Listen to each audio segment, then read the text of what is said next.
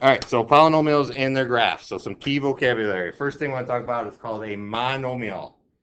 So a monomial is simply a number, a variable, or both with whole number exponents.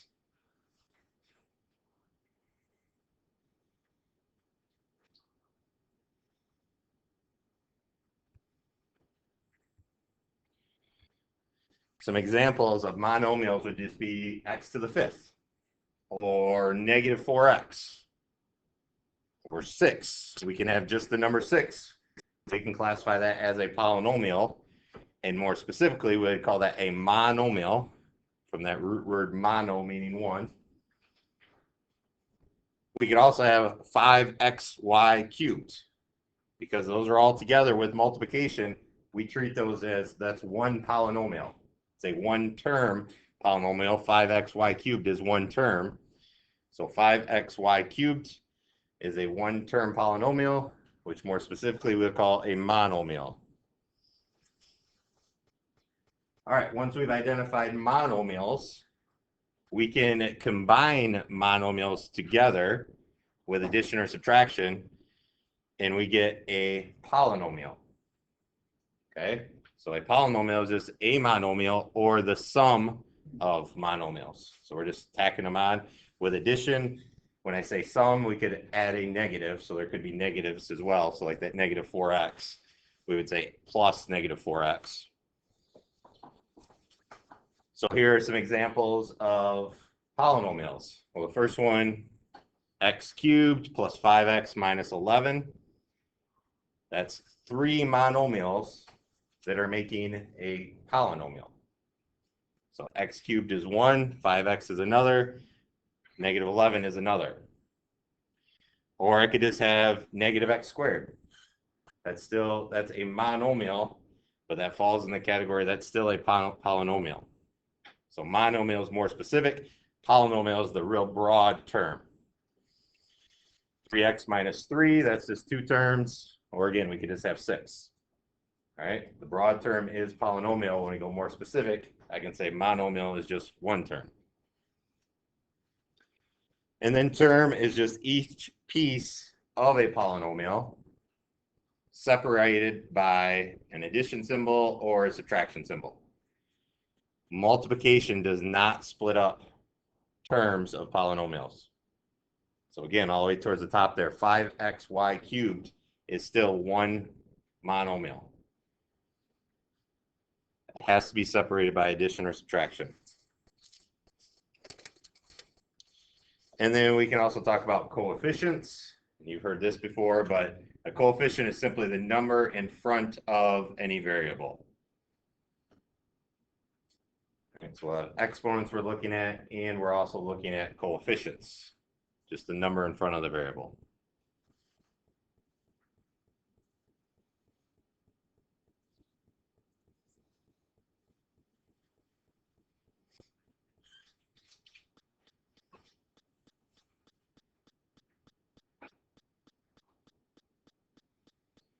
Again, I just want to lay this foundation with vocabulary, because you'll start to hear me say now polynomial, monomial, trinomial, binomial. You need to know what I'm talking about, or what the question is being asking of you.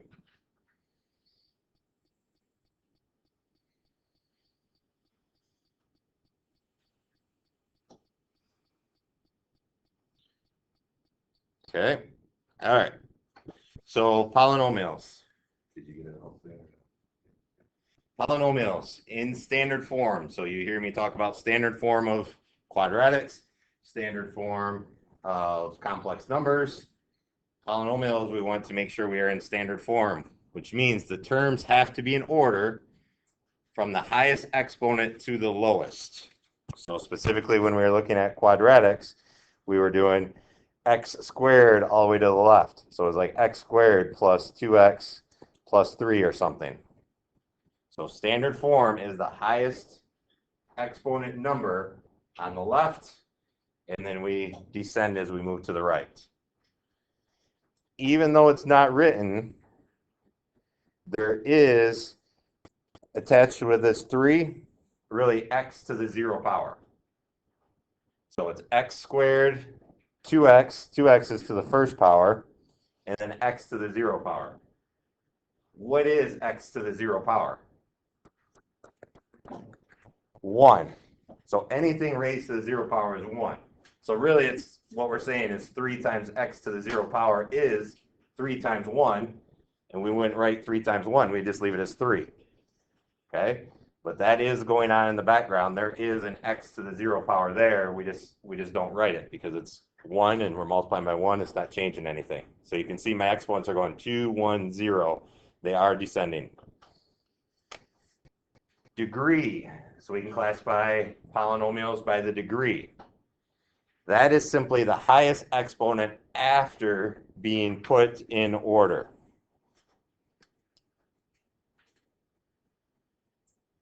So if I were given something which was 3x squared plus 5x to the 7th minus 3x, the first thing I would want to do, put it in standard form, would be 5x to the 7th plus 3x squared minus 3x. So put it in descending exponent values. And then my degree will come from that highest exponent. So on this one, I would say degree 7. This is a degree 7 polynomial. But we have to put it in order first. Leading coefficients. We talked about coefficient. This represents that number that's in front of the variable. The leading coefficient is the number in front of the variable with the highest exponent. So on this one, 5 would be my leading coefficient. I'm not worried about the 3s. Those are coefficients, but those are not leading coefficients. In this one, 5 would be my leading coefficient. 7 would represent the degree of my polynomial.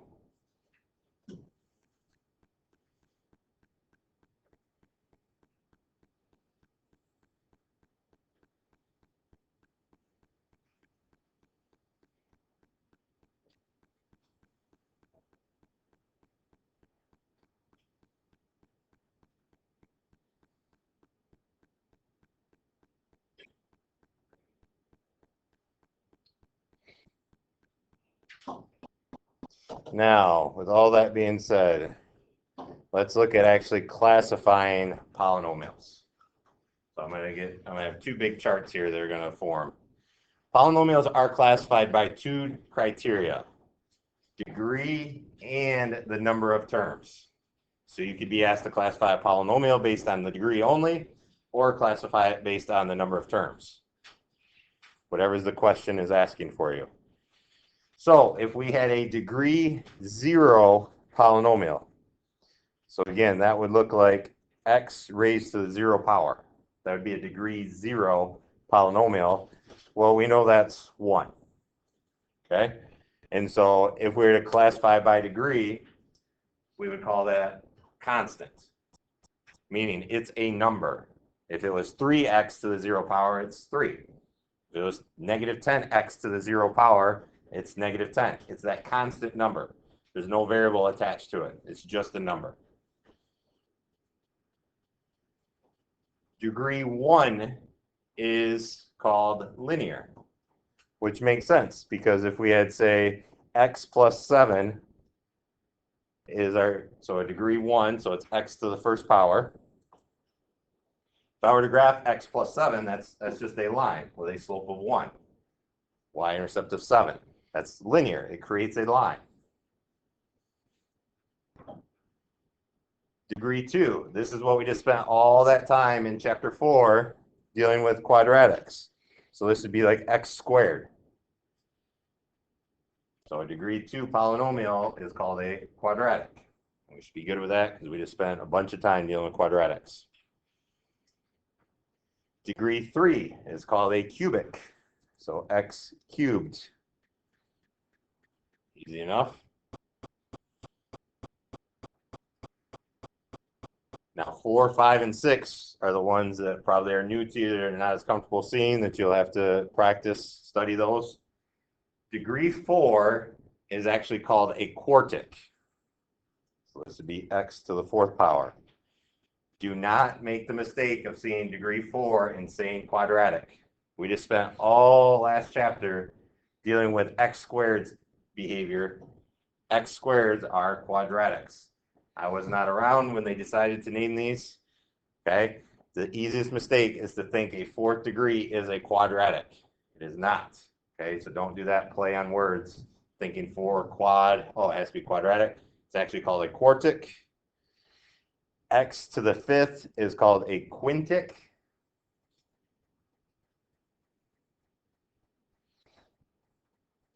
And then x to the 6th, we just start saying what number degree it is. So 0 through 5 have specific names. Once you get up to 6, you just classify by the degree. So if it was x to the 6th, we'd say 6th degree polynomial. If it was x to the 152nd, we would say 152nd degree polynomial. Okay, so you don't have to memorize or know 0 through 5. And you do have to know 0 through 5. Because if it's a degree 4 and you tell me a 4th degree polynomial, that will not be sufficient. I want you to tell me that it is a quartic. All right, and then going all the way out to n, this means 6, 7, 8, 9, all the way out to the biggest number that you want to do. We just say nth degree polynomial. Okay, so that's classifying by degree. Well, we can also classify by the number of terms. So how many monomials are being separated by addition or subtraction? So if there's only one term, we've already talked about that. That's called a monomial. If we have 2 terms, that's called a binomial, which we've done a lot with binomials. We FOIL for binomials. Completing the square, we are creating a binomial squared. We've done a lot of work with binomials as well. It's just 2 terms. So again, it could be x plus 5 or whatever. That's 2 terms. Trinomial, 3 terms. All right, that's what we did a lot with when we were working with quadratics.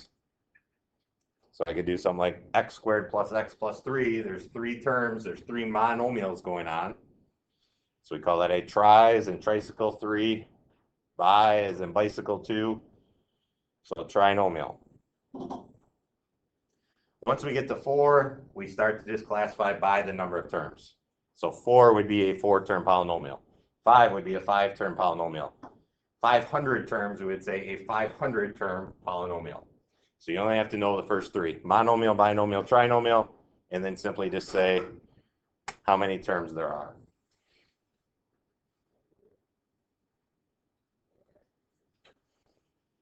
Okay, so you need to know both of these charts so we can classify by degree and use the right wording. If it's a 5th degree, we say quintic. If it's a 2nd degree, we say quadratic. 4th degree, we say quartic, not quadratic, quartic. Or by the number of terms. All right, so put the polynomial in standard form and classify it by the degree and the number of terms. Okay, you do.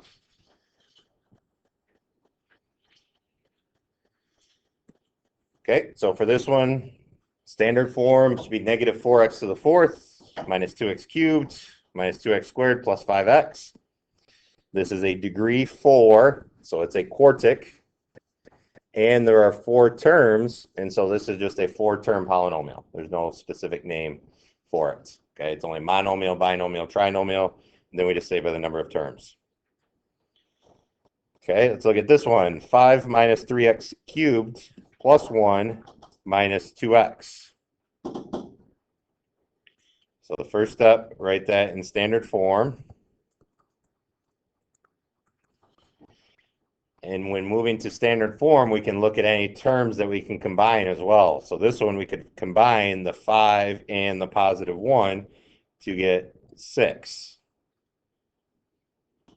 So negative 3x cubed minus 2x plus 6. So in this one, I can see my degree is 3. And so it's a degree 3. We call that a cubic. And there are 3 terms and we're looking at, once we put it in standard form, we've combined any like terms, there's really only 3 terms. So this is a trinomial.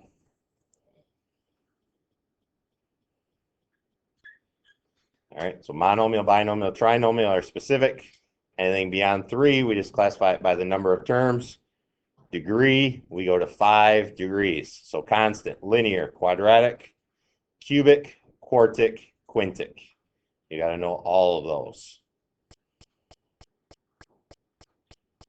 Okay, next thing we're going to talk about is end behavior. So specifically when graphing, we can do work with end behavior. End behavior simply means when I tack my arrows on when I graph, which way are my arrows pointing?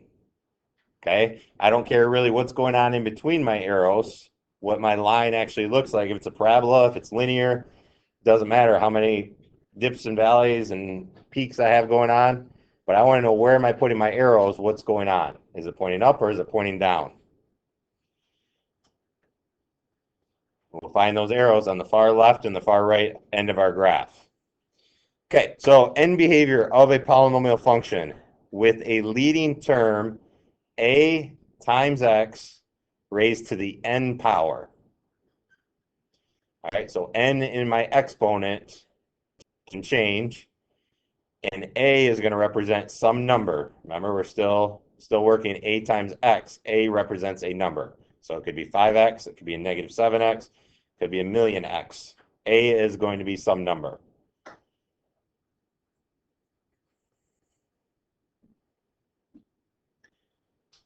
Okay, so we're going to fill in a quick little table here. If a is positive, so if a is positive, so say we had, we'll have 3, I'll do it over here, 3x, and n is even. Let's just do a simple one, 3x squared. If I'm looking at the end behavior of 3x squared, well, what's that x squared, what's that graph going to look like? What's the next graph? X squared graph, what's that produce? We just did a whole chapter of this. And that is, what's it produce? Parabola, okay? So x squared, is that gonna open up or is it gonna be opening down? Up, okay? So I would say end behavior where my arrows are at, it's going to be up and up. Because if I were to graph this, does the 3 make it narrower or wider? The 3 makes it pretty narrow because I'm shooting up faster. So when I say up and up, is if I'm reading my graph from left to right. Okay, my arrow on the far left is pointing up. My arrow on the far right is pointing up as well. Okay. If a is positive and n is odd, so we'll say 3x cubed would be this example. So a is positive, positive 3, and n is odd, I get a graph, a cubic graph that looks something like this. Kind of that squiggly line going right through the origin. So my end behavior is down and up, meaning on the far left, my arrow is pointing down. On the far right, my arrow is pointing up. So that's when you say down and up. And this works for any n value that's odd. It could be x to the 7th. It could be x to the 23rd. It could be x to the 1009. The end behavior, it's always going to point down on the left and up on the right. There could be other stuff going on in between there, and there will be, but I'm simply worried about the end behavior.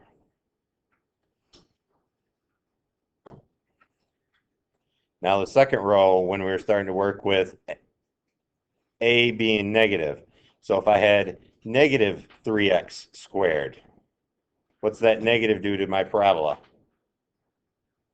Puts it down. So it's going to look something like that. Should be crossing at the origin, but it's going down. So my end behavior on this one would be down and down. Same thing if I had negative 3x raised to the 16th power. My arrows at the very ends of my lines will be pointing down and down. There's more going on in between the arrows, but the end behavior is going to be pointed down and pointed down. And if a is negative, so negative 3x cubed, what that's going to do, it's going to start over here and finish on this side.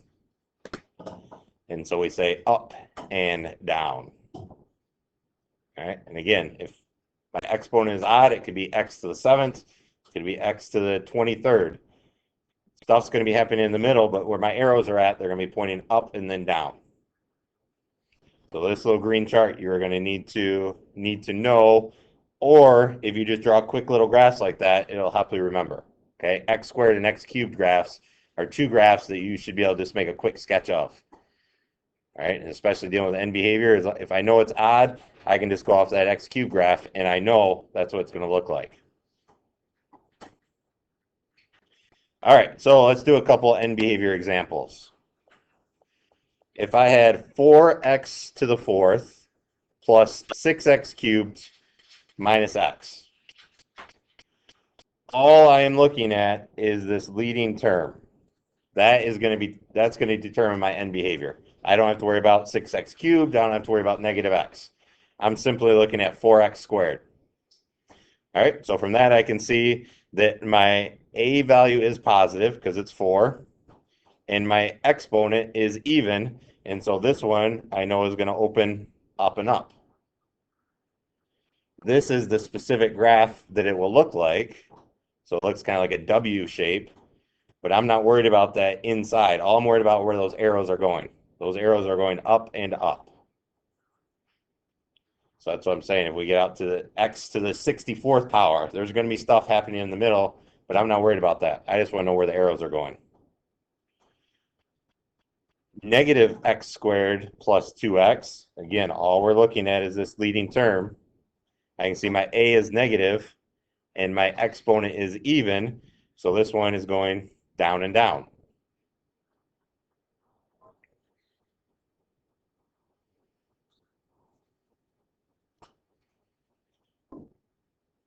X cubed, we just talked about that one. A is positive, so I'm in the top row of my little green chart. But then my n is negative, and so it's going to be down and up.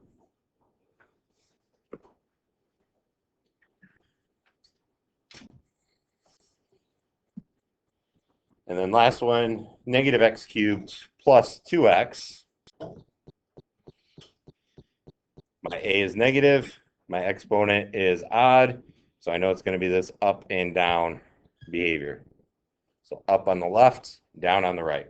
I don't care what's happening in the middle. It can squiggle around as much as it wants, but where I put my arrows at, my left will be pointing up, my right will be pointing down.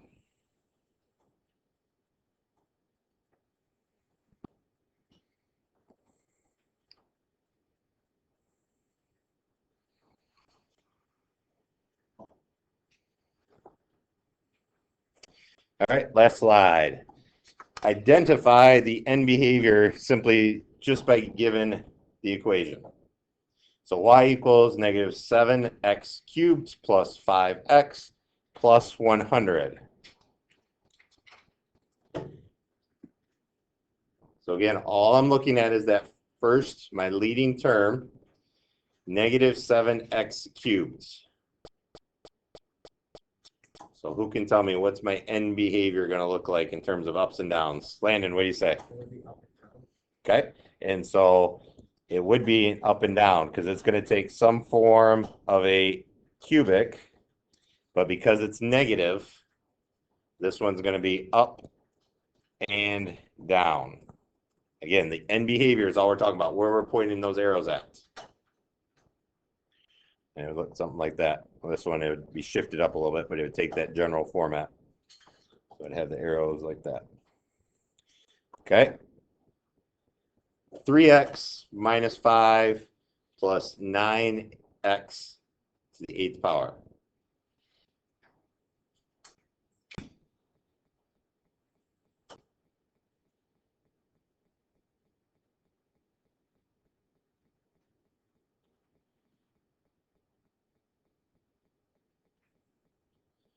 What will my end behavior be on this one?